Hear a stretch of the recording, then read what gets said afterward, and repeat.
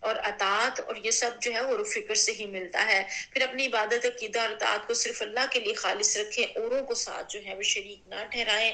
انبیاء اور صالحین کی عزت کریں مگر انہیں الہی صفات نہ دیں کہ وہ غیب کا علم جانتے ہیں یا وہ جو ہے وہ فلاں فلاں وہ ہمارے اللہ کے ہاں ہمیں بخشوا دیں گے اور ایسے کر دیں گے اور ایسے کر دیں گے. اس طرح کے خیالات نہ رکھیں. ان کی بہت رسپیکٹ کریں کیونکہ اولیاء کرام نے ہی ہمارے تک دین پہنچایا یہاں برصغیر پاک و ہند میں خاص طور پہ. لیکن انہی کے مزاروں پر جا کے ہم جو ہے وہ شرک کی حرکتیں کریں اور جو ہے وہ توحید سے ہٹ کے حرکتیں کریں تو ان کو تو اس بات کا کوئی نہیں گناہ ہوگا، ہمیں ہی ہوگا کیونکہ انہوں نے تو اس چیز سے روکا اور انہوں نے تو یہاں پہ دین پھیلایا. تو اس لیے ان کا ادب احترام جو ہے وہ ہمارے اوپر لازم ہے. اور پھر جو ہے وہ بچنے کے تھے سوالات، دین میں غیر ضروری اور بے فائدہ سوالات سے بچنا کیونکہ بعض اوقات ایسے سوالات انسان پر تنگی اور آزمائش بن جاتے ہیں. اور پھر اللہ کے نازل کردہ احکام میں بدعات کو نہ شامل کریں اور علماء مشائخ یا رہنماؤں کو اللہ کے برابر درجہ نہیں دینا، ان کی اندھی تقلید نہیں کرنا، جتنا ان کا رتبہ ہے اس کے مطابق، اور نعمتوں میں ناشکری نہیں کرنی اور مطالبوں میں حد سے نہیں بڑھنا. اللہ کے سوا کسی سے مدد، رزق یا حاجت روائی کی امید نہ رکھنا کیونکہ حقیقی مددگار جو ہے وہ صرف اللہ ہے. اور پھر غور و فکر کے سوالات ہیں. کیا ہم دین کے سوالات علم و عمل کی نیت سے کرتے ہیں یا محض بحث و تکرار کے لیے کرتے ہیں؟ خاص طور پہ اجتماعیت میں بعض دفعہ ہم لوگ درسوں میں بیٹھے ہوں یا کہیں اور جگہ پہ تو ایسے سوالات چھیڑ دیں جن سے جو ہے وہ اختلاف نمایاں ہو اور لڑائی جھگڑا اور پھڈا فساد بن جائے، یا جن سے جو ہے وہ علم اور عمل سے لوگ پیچھے ہٹ جائیں. اور اس طرح کی چیزیں چھیڑنے سے گریز کرنا چاہیے کیونکہ فساد کو اللہ تعالیٰ نے ناپسند کیا ہے. کیا ہماری باتیں اور دعائیں خالصتاً اللہ ہی کے لیے ہی ہیں؟ ان میں ریا اور غفلت شامل ہے. کیا ہم اپنے علماء مشاہ کی عزت کے ساتھ اس حد کا خیال رکھتے ہیں کہ عقیدے میں اللہ کی وحدانیت متاثر نہ ہو؟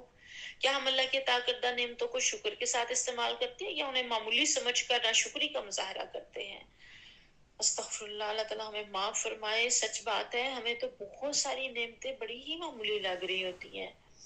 صبح ہمارا اٹھنا، ہماری آنکھ کا کھلنا، ہمارا ناشتے کرنا، ہمارا کھانا پینا، ہمارا کاموں پہ جانا، سورج کا نکل آنا، چاند کا، دن کا، رات کا، ہمیں قدر ہی نہیں ہے. ہمیں لگ رہا ہے یہ بس ایک سسٹم چل رہا ہے.